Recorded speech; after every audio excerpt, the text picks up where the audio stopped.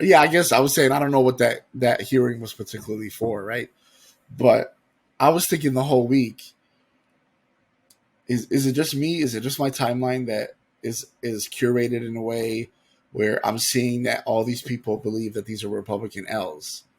I wonder if some of this is registering on a national scale, or is it just my timeline? And I sent you earlier. I don't know if you saw it. It was right before the pod. Fox News was talking about where's the bombshells? Where it's just a waste of time. Republicans worked 8 days in February. They've only worked 22 days in this whole year. 4 of those was the trying to fight for a speaker, right? They literally said on air, John, that Biden has worked harder than Republicans in Congress. And I'm just like, so it's not me. It's not just my timeline that believes these are all Republican L's. That's why I said in the beginning, we talked about losing in 2023, in 2022. And we talked about how close we were to securing it, right? If New York just kept it together, we would have had the House and the Senate.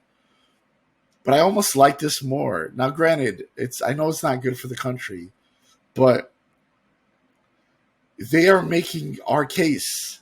We don't have to campaign as hard. They're making our case for us. Look at what you're going to get with the Republican Senate, Republican president, and Republican Congress. You're just going to get chaos. And that's why I'm just like, let them do it. Like, all this is backfiring on them. It makes Trump look bad. The Chinese balloon made Trump look bad. All these things that are supposed to make Biden look bad are just bouncing off of him and going back to Republicans. So even Garland, right? Garland twisted up Ted Cruz and Josh Hawley, right?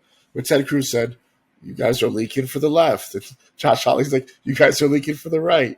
And Garland's like, "Which one is it?" You know? So if that's what's coming out of these hearings, that means that nothing else is coming out of these hearings.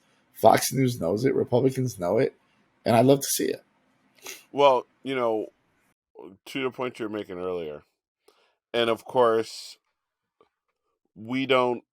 It's always better to be in the majority.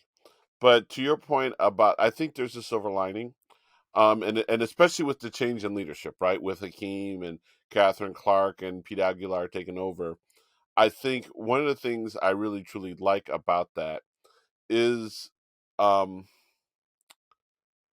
when you think about some of the fault lines on the left, when you think about the fault lines in the Democratic Party, if we were in power, um, we might be, I don't think we'd be as bad as Republicans, but I think that we would be busy trying to be in power and mend our wounds and build relationships and get used to a new leader, especially with a thin majority. I think given that usually the second 2 years of a president's term are usually never going to be highly productive, right? That we were supposed to lose by a lot more than we lost. Might this, I think you and I have both said this, especially since I'm a huge fan of Hakeem. I wonder if what's going on now in the Democratic caucus allows them to develop relationships, get used to new leadership so that they can be stronger when they go into the majority. And knowing that, and there's a very good chance why we know there's some things working against us, and it would be fantastic if we could hold on to the Senate as well.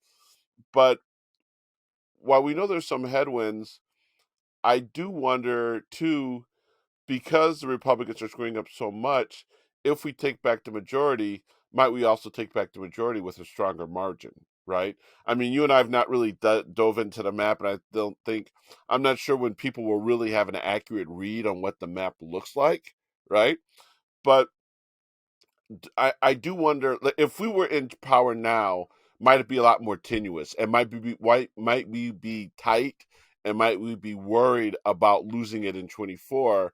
And do we feel like we might be stronger going into 24 because we're in the minority and we can really, um, you know, come together, mend fences and build a cohesive team? What is your take there? Yeah, it's the difference between playing defense and offense. If we were the majority, we would be playing defense, trying to defend our record, defend what we've been doing, as opposed to now where we can play offense and say, look at what we did the first 2 years. Republicans took control. They did absolutely nothing. They refused to work with us. They didn't want to help Americans. So it's a difference between playing defense and offense. I do believe that we have a chance to take the House back. I do believe we have a chance to keep the White House.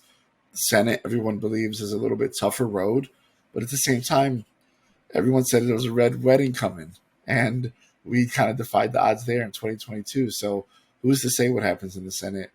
But if we have a chance at the White House and the House, then that's better than not than losing all three, right? So I like being on offense right now. We're having a good time. We're playing our game. We're messaging effectively, which a lot of people say Democrats can't do. And I think we've been messaging effectively since 2018. I really do believe so. And this is just an opportunity to keep that going. I really like the position we're in right now.